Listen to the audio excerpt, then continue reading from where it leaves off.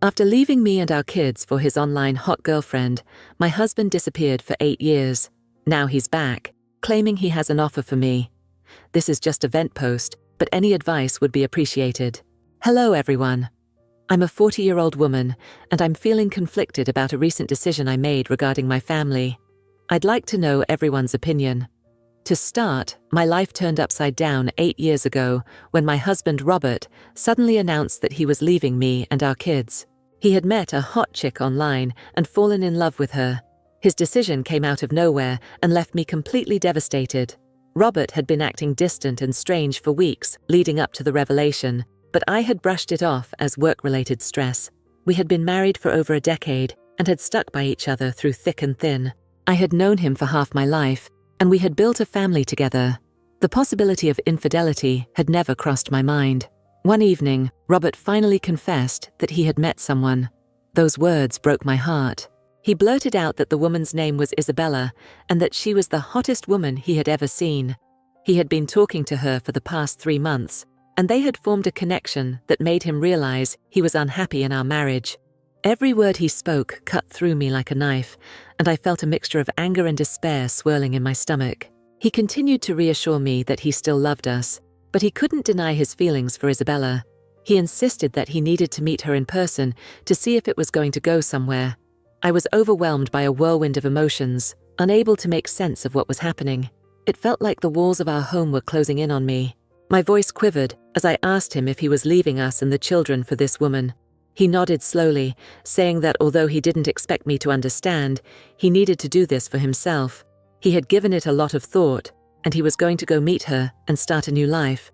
He told me that he was ready to support us financially as much as he could, but he needed to follow his heart and meet the love of his life. The world came crashing down around me. I just couldn't believe that my husband was leaving me and our kids for someone he had never met in person.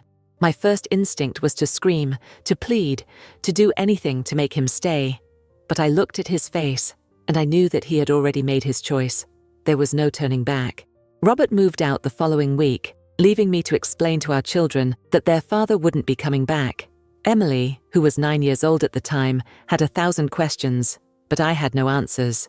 Nathan, who was only 4, couldn't fully grasp the magnitude of the situation and clung to me as if he knew that something was terribly wrong. I felt numb and shattered during this time, and my children were the only thing that kept me from drowning in my sorrow. When I first told my family about Robert, they had the same reaction as me. They just couldn't understand why on earth my husband of so many years would do something like this. My parents wanted me to pursue this legally, but at that point in my life, I didn't have a lot to go on, and I still believed my husband would come back to us. Robert's parents looked utterly helpless and broken when they found out their son had left us. They called him multiple times, pleading with him to return to us, but he told them the same story. Eventually, days turned into weeks, and weeks turned into months. I was left to pick up the pieces, both for my sake and for the kids. Our family and friends rallied around us, offering support and a shoulder to lean on. I focused on finding a job so I could provide a stable environment for Emily and Nathan. But the pain of my husband's betrayal lingered. During this time, Robert's parents helped me a lot by offering financial assistance and babysitting the children if I ever needed a break. 8 years have since passed, and Robert's presence in our lives has dwindled to nothing more than a distant memory. He used to send us money periodically, but other than that, he never contacted me or the children. I have pretty much become a single mother over the years, working tirelessly to provide for my children and give them the love and attention they deserve. Although Emily occasionally remembered her father, she eventually stopped trying to contact him and learned not to bring him up. In contrast, Nathan's recollection was far hazier, so he never even mentioned him. They both have grown up to become remarkable individuals despite the pain of losing their father. Recently, Robert's father passed away unexpectedly, and we all attended his funeral. Later, his family lawyer informed us that he wanted to talk to me regarding his will.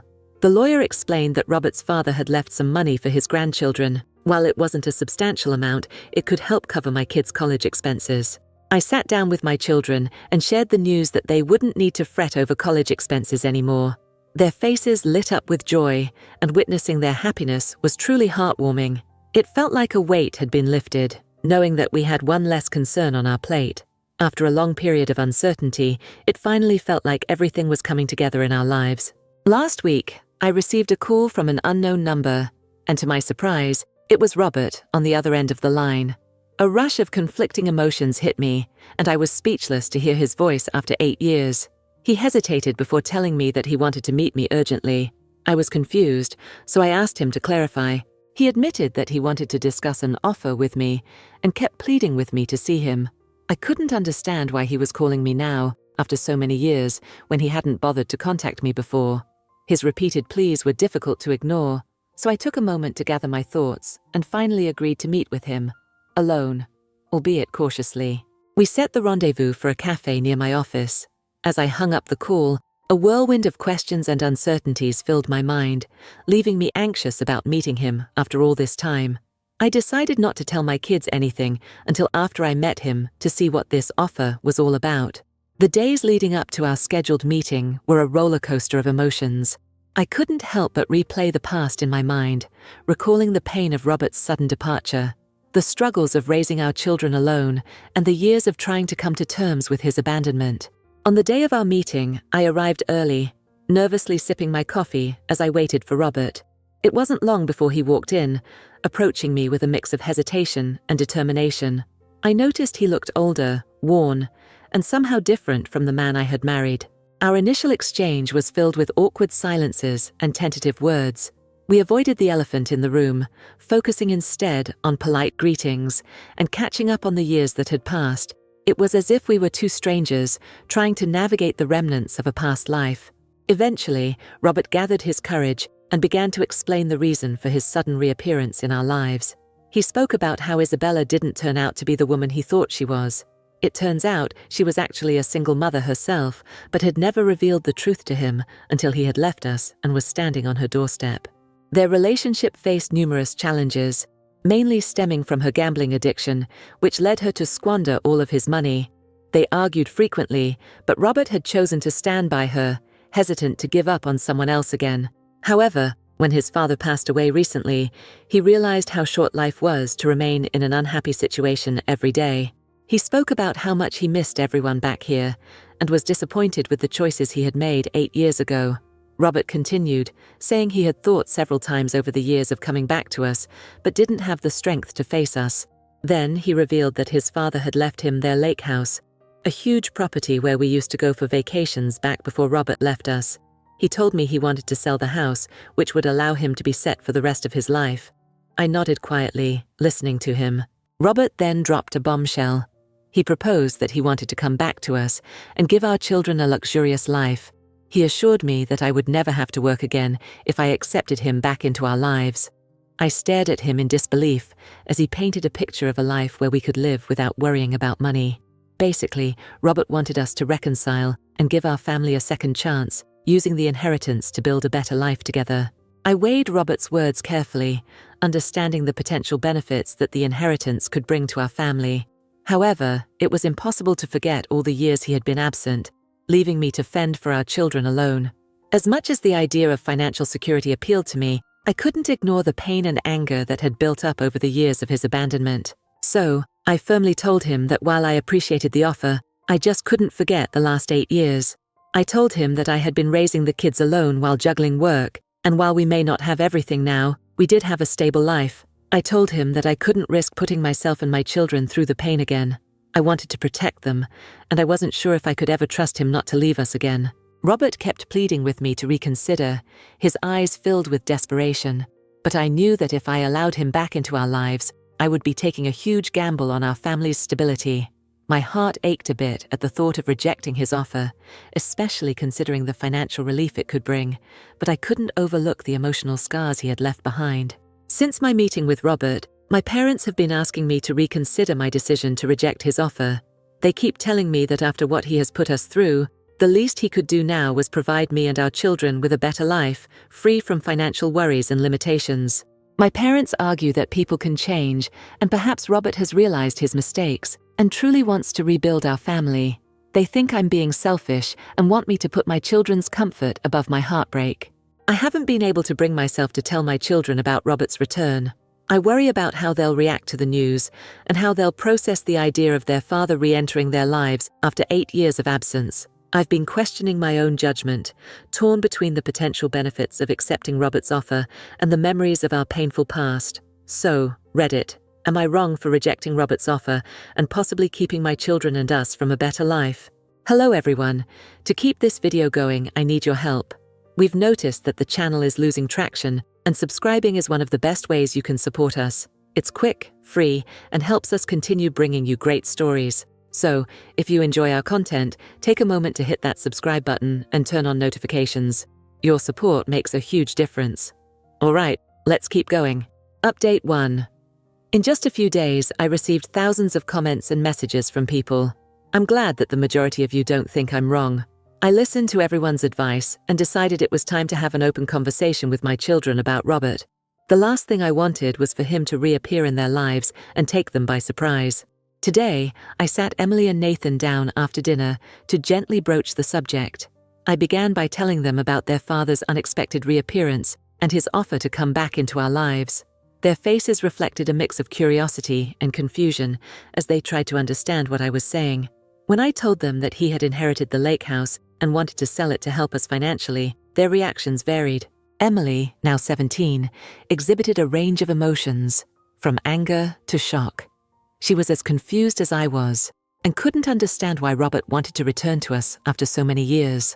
Although she remembered her father and sometimes missed him, she also remembered the pain she had felt in his absence. She said that she had missed having a father figure in her life initially, but had eventually learned to live without him and didn't want him anymore. Nathan, who's now 12, told us that he didn't remember Robert at all, so he didn't care much that I had rejected the offer. He struggled to grasp the full implications of the situation.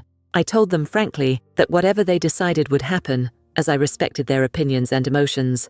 Emily expressed that she had absolutely no desire to meet him, and Nathan agreed, saying that he was content with how things were. I realized that although the thought of potentially mending our family was enticing, the scars from the past ran deep, and my children's well-being was paramount in my mind. I knew I had made the right choice to walk away from Robert that day in the cafe. Following this, I plan on talking to my parents about the next course of action. Contrary to popular opinion, I never planned on staying married to Robert, but he left before we could go through with the divorce. I didn't have the resources to go against him then, but I've since realized that there's no point in staying married to this man anymore. Update 2. Robert's relentless calls had become increasingly desperate over the past few weeks. No matter how much I explained to him that I didn't want him back, he kept calling. As a non-confrontational person, I felt cornered and emotionally drained by his constant attempts to reach me. I was worried that he might suddenly turn up at my workplace or visit the kids at school. Hence, I decided it was time to reach out to his mother. She was aware of his return and seemed like the only person who could help me understand his motivations and deal with his relentless pursuit. I met her to inform her of my decision to end things with him legally and to express my annoyance with his constant calls. It was during this conversation that his mother revealed the real reason behind his persistence. She explained that Robert's father had added a cleverly designed clause when bequeathing him the lake house. Robert could only become the owner of the house if he returned to our family. To solidify his claim over the house, I had to sign the papers as well. This revelation left me shocked and dismayed. I finally understood why he had been pursuing me for several weeks. The primary reason he was contacting me wasn't out of a genuine desire to reconcile or make amends, but rather to secure ownership of the house. The whole situation felt like a cruel manipulation of emotions, and I needed to consider my next steps carefully. After discovering Robert's true intentions, I realized it was time to act. I didn't want to stay in a relationship driven by manipulation and secrets. I've started looking for a lawyer, as I write this, who can help me prepare for my divorce proceedings immediately. I've also talked with my parents, who regret telling me to reconsider his offer. They understand now that he hasn't changed over the years and are supportive of my decision to move forward with the divorce. They regret telling me to ever listen to him and now know that it's the right thing to walk away from him. I've blocked Robert for now so he can't disturb me anymore. I plan to see him directly when I serve him with divorce papers. Update 3. It's been 2 months since my last update, and I can finally give a happy update. As I mentioned, I was going to serve Robert with the divorce papers, so I reached out to him under the pretext of meeting him. He immediately agreed. Emily and Nathan expressed a desire to meet their father one last time. They had many questions, and I felt it was essential for them to have some closure, despite the pain of the past. We arranged for a meeting in a neutral place, a local park, where we had spent many happy family moments before Robert's departure. Emily's eyes were filled with a mixture of curiosity and skepticism as she looked at her father, while Nathan clung to my side. Awkwardly, I started by telling Robert that I knew his real motive behind contacting us after so long. He protested, saying it wasn't just the clause in his father's will that prompted him. He genuinely wanted us to give him a second chance. I shook my head in disbelief, knowing I couldn't trust another word out of his mouth. I told him we were finished and that the least he could do was give our children some closure by answering their questions. He nodded solemnly. Emily started by asking him if leaving us for another woman was worth it. Robert shamefully looked down as he answered that he had been lost and had made a terrible mistake. Nathan, with a more straightforward approach, asked him if finding his happiness was more important than leaving his children and wife behind. Robert took a deep breath before responding, admitting he hadn't been thinking straight at the time and that he was wrong to leave us. My children, perceptive and strong, weren't satisfied with just those answers. Robert tried to justify his affair, calling it a midlife crisis.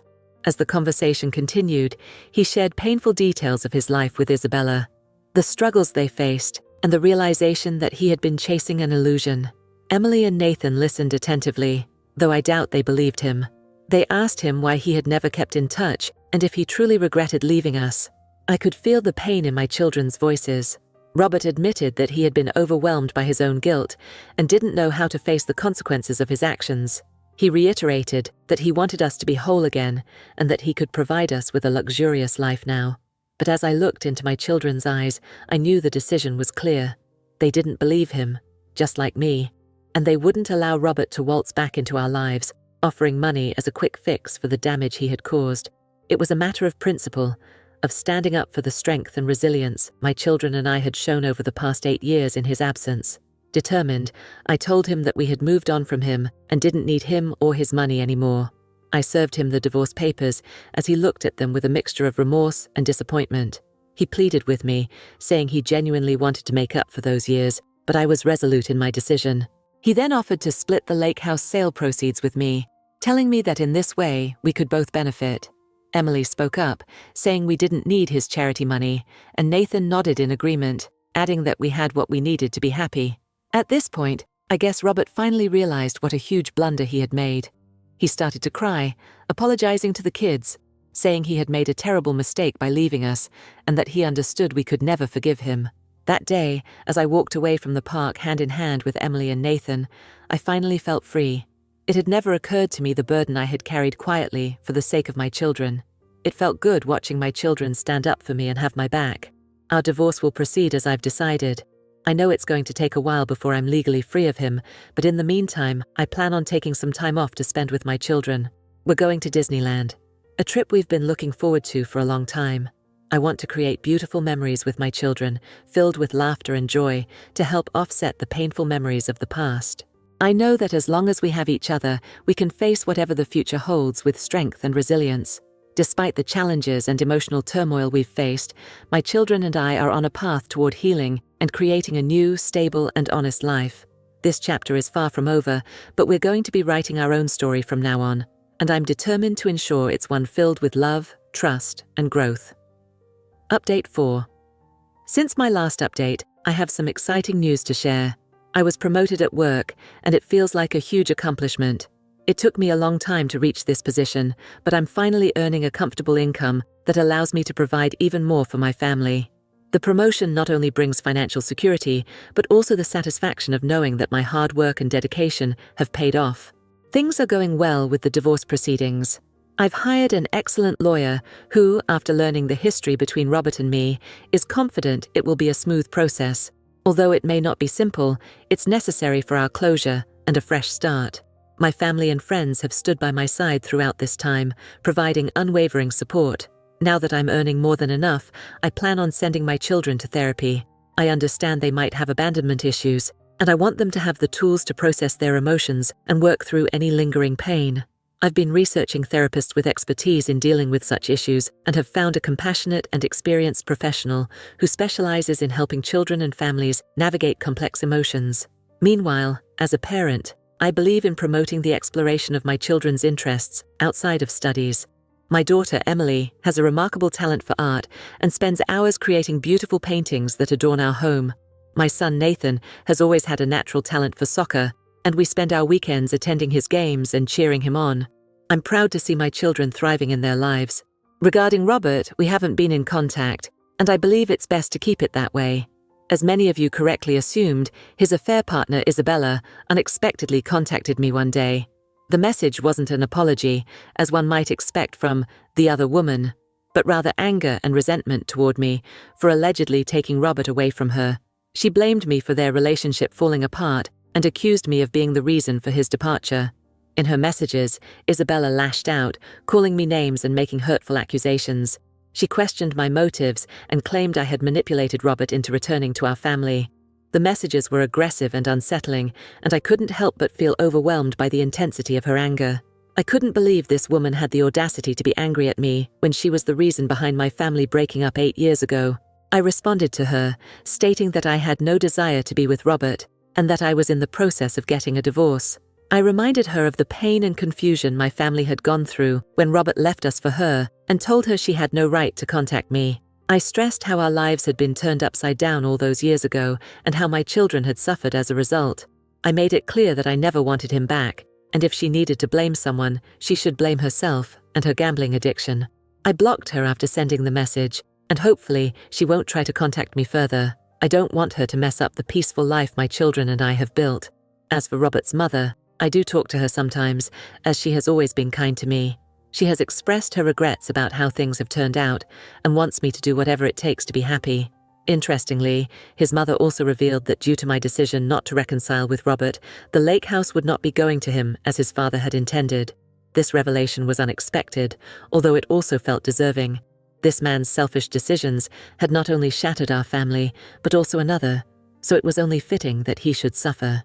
It's time to move forward and leave the past behind. I know it's going to be a challenging journey, but the healing process is well underway. My children are growing and thriving, and our future looks brighter with each passing day. Hello everyone. To keep this video going, I need your help. We've noticed that the channel is losing traction, and subscribing is one of the best ways you can support us. It's quick, free, and helps us continue bringing you great stories. So, if you enjoy our content, take a moment to hit that subscribe button and turn on notifications. Your support makes a huge difference. Alright, let's keep going. Now, on to the next story. Story 2. My whole family dropped me and refused to talk to me. When they thought I wasn't Dad's son, I grew up in a happy household. My parents loved each other deeply, and they loved my siblings and me even more. They were attentive and caring, always putting our needs before their own. My relationship with my parents was particularly good. My dad worked long hours to provide for us, but he always made time for us when he could. He would take us on fishing trips, teach us how to play sports, and tell us stories about his own childhood. My mom, on the other hand, was the glue that held our family together. She cooked us delicious meals, helped us with our homework, and made sure we were always clean and presentable. I loved my parents, and I knew that they loved me too. But my world came crashing down when my parents started fighting. I had always thought of them as the perfect couple. They had been together for as long as I could remember, and they rarely argued. But one day, things changed. It started with small disagreements, but soon the arguments became more frequent and more intense. I tried to ignore them, but they were impossible to ignore. My mum and dad would shout at each other for hours on end, and I could hear every word from my room. One day, I heard my dad admit to having an affair years ago. My mum was livid, and she retaliated by admitting to having an affair of her own. The argument escalated until my dad questioned my paternity. I was stunned. I had never even considered the possibility that he might not be my biological father. My mum was speechless and didn't know what to say. She looked at me with tears in her eyes, but I could see the guilt and shame on her face. My dad stormed out of the house, and my mum went after him. After that day, everything changed. My siblings took my dad's side and refused to talk to me. They were angry that my parents had cheated on each other, but even more so that my mom had cheated on him and that I might not be his biological son. They treated me with hostility and disdain, and I felt like an outsider in my own family. My siblings and I were caught in the middle of their argument, and it was like a bomb had exploded in our house. My mom and dad started to treat each other with hostility, and it wasn't long before their anger spilled over to us. My siblings, who had always been close to me, suddenly turned against me. They blamed me for the fact that our family was falling apart. They said that I was a reminder of my mum's affair and that I might not even be my dad's biological son. Their words hurt me deeply. I had always thought of us as a tight-knit family, but now it seemed like we were torn apart. My parents were distant and cold, and my siblings were mean and vindictive. I tried to talk to my parents, but they were always busy or distracted. They seemed to be consumed by their problems and didn't have time for me anymore. It was like I was invisible to them. As for my siblings, they avoided me at all costs. They stopped inviting me to their gatherings and stopped talking to me altogether. It was like I didn't exist to them. The rejection was hard to bear, and I didn't know how to cope with it. I felt like I had lost everything: my family, my home, and my identity. I was lost and alone, and I didn't know if I could ever find my way back. At first, I tried to reach out to them. I called and texted my siblings, hoping to talk to them and sort things out, but they never answered. I tried to call my parents too, but they were always busy or out of the house. I was desperate to talk to someone, anyone, who could help me make sense of what was happening. So I went to my mum's house, hoping to talk to her. She decided that some separation was much needed, but when she saw me, she told me to go away. She said that I wasn't welcome there and that I should leave. Her words were like a knife to my heart, and I couldn't believe that my mother would say something like that to me. After that, I spiraled into depression. I didn't know who I was or where I belonged. I felt like a stranger in my own skin, and I didn't know how to make it go away. I stopped going to work, stopped hanging out with my friends, and stopped doing the things I loved. I spent most of my days in bed, sleeping or just staring at the ceiling. I didn't eat much, and I lost a lot of weight. Months turned into a year, and I thought that I would never be able to escape the darkness that had consumed me. I hadn't heard from them in so long. I lived so close to them, but I was still so far away. My siblings and I used to be at our parents' house all the time. I missed them. I had been so consumed with my pain that I hadn't realized how much my friends had been there for me all along. They would call me, check up on me, and invite me out to do things. At first, I didn't want to go.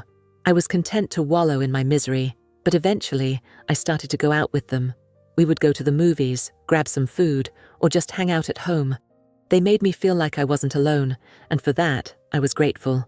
I started to focus on my own well-being, seeking out therapy and support groups to help me cope with the pain of being rejected by my family.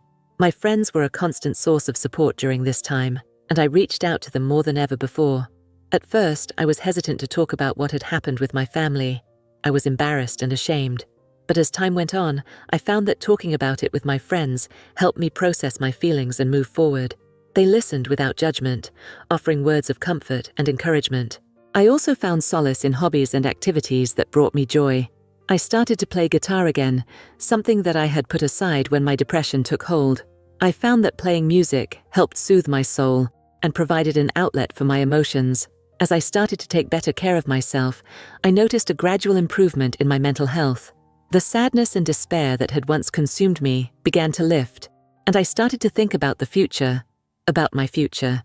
My friends were there for me every step of the way, cheering me on and providing a shoulder to lean on when things got tough. They reminded me that I was not alone, and that I had people who loved and cared for me, even if my family didn't. Update 1. One day, a few years later, out of the blue, my grandpa reached out to me.